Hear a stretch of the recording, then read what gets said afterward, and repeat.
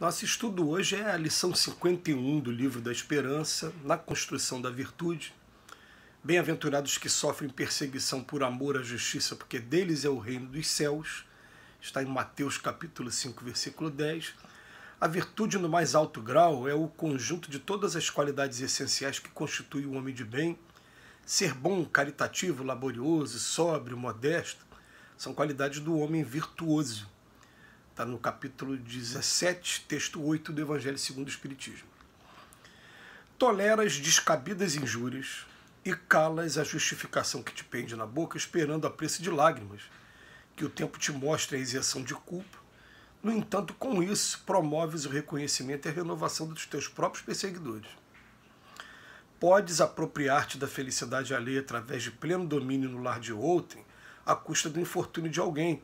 Embora padecendo agoniada fome de afeto, ensinas a prática do dever a quem te pede convivência e carinho. Todavia, com semelhante procedimento, acende na própria alma a chama do amor puro com que um dia aquecerás os entes queridos nos planos da vida eterna.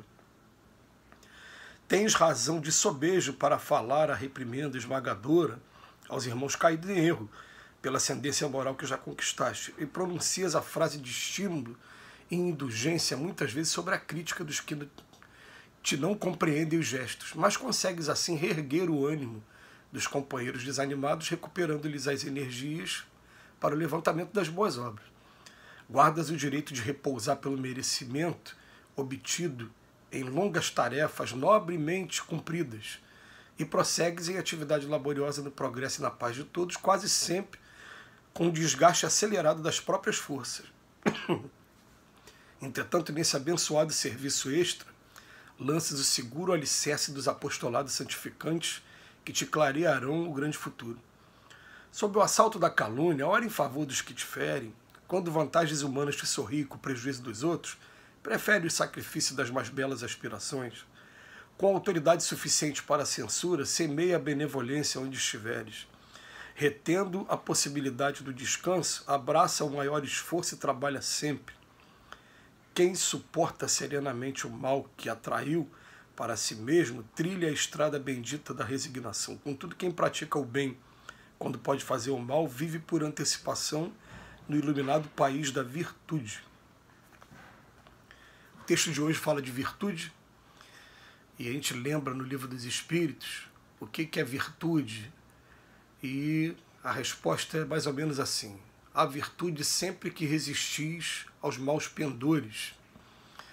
A virtude, ela está na caridade, na prática da caridade, mas a maior virtude mesmo é quando ela está na prática da caridade mais desinteressada.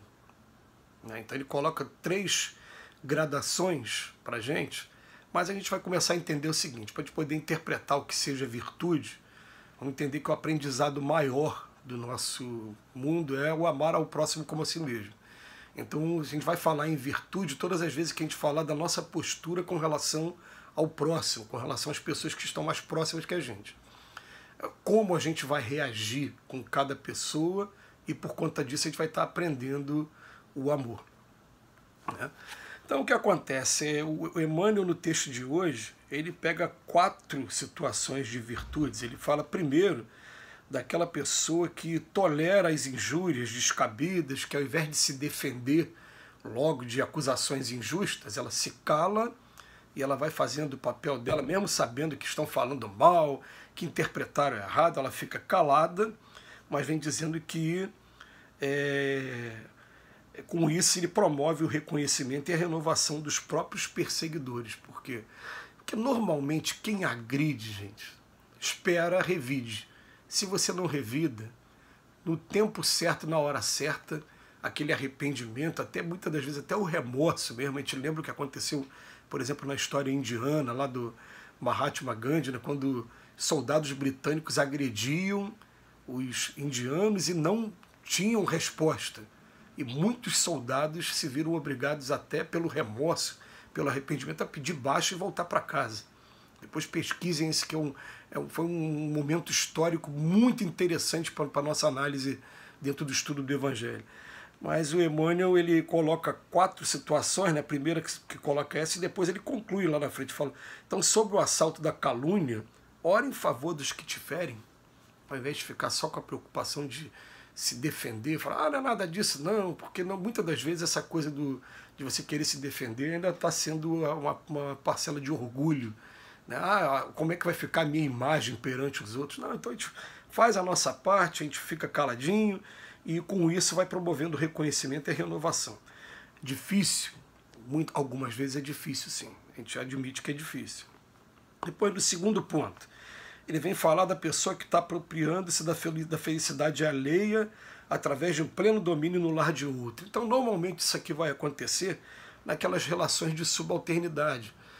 Normalmente ele está falando aqui do caseiro, da empregada, de algum empregado que ele não está tendo uma tranquilidade em casa, mas quando vai trabalhar na casa de outro, na felicidade de outro, ele está ali procurando ensinar a prática do dever, a quem pede carinho, conveniência, carinho e tal, mas ele mesmo, na vida particular dele, ele está padecendo uma agoniada fome de afeto. É muito comum isso acontecer, né? A pessoa não tem a compreensão dos seus filhos, do marido, tem uma vida muito dura e ao mesmo tempo está sendo um empregado em algum lugar, e naquele lugar ele está tendo que ensinar ali para as pessoas, às vezes lições de moral. Acho que ele não está conseguindo ainda ter um retorno dentro de casa. Então o que ele fala aqui para a gente aqui? Ele fala, olha, vai fazendo isso, porque com semelhante procedimento, você está acendendo na própria alma a chama do amor puro, que um dia vai aquecer os entes queridos também no plano da vida eterna, né?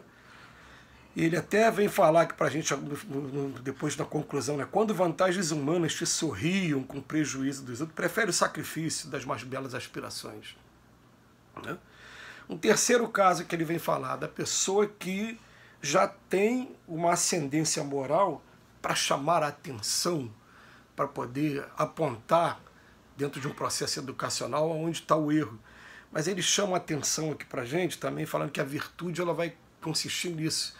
A gente sabe que algumas críticas que são feitas, elas definitivamente elas não são caridade, elas fogem até mesmo da caridade, ela entra na maledicência mesmo. A pessoa, ao invés de estar fazendo aquela crítica com um fim educativo, com um fim amoroso, ela está querendo denegrir, está querendo ferir mesmo, acontece com muita frequência. Então ele bota aqui, ó, tens razão de sobejo para falar a reprimenda esmagadora dos irmãos que estão caídos em erro, estão cometendo crimes, estão fazendo coisas erradas, tudo bem.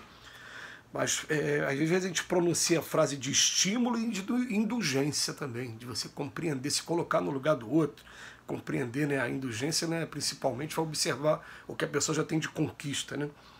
Mas fazendo assim a gente tem que só tomar o cuidado, né, de estar sempre reerguendo o ânimo dos companheiros desanimados. Eu, por exemplo, vou ser sincero com vocês, né, já ouvi assim, de alguns companheiros críticas muito severas a relação a alguns erros que eu cometo, que chegou uma hora que eu entrei num desânimo, eu falei, então vou fazer o seguinte, eu vou evitar mais agora esse tipo de coisa, então, porque já que tem coisas que estão tão fortes dentro da gente, a gente tenta controlar e não consegue, a gente chega num lugar e recebe críticas tão duras, né, então eu vou fazer o seguinte, eu não vou mais dar atenção a esse tipo de crítica, e se ela continuar me incomodando, eu vou me afastar desse ambiente. Né, eu chego a esse ponto, porque às vezes você acha que está educando, e você não está educando coisa nenhuma, você está desmotivando a pessoa. Então, ó, com autoridade suficiente para a censura, semeia benevolência onde estiveres. Vamos entender que às vezes as pessoas têm os seus limites. A gente às vezes não para pensar que às vezes a pessoa, para ter tido uma queda, ela resistiu 5, 6, 7 vezes, teve uma queda e está sendo motivo de crítica, de censura naquela queda que ela teve, mas ela está no processo também de luta. E por fim, ele vem falar também com relação à virtude daquela pessoa que está cansada de tanta atividade, que tem o merecimento para descansar, mas até naquele momento de descanso ele prefere continuar trabalhando, e que com isso ele vai conquistando também o que os grandes apóstolos conquistaram também. Então fala assim, retendo a possibilidade do descanso, abraça o maior esforço e trabalha sempre.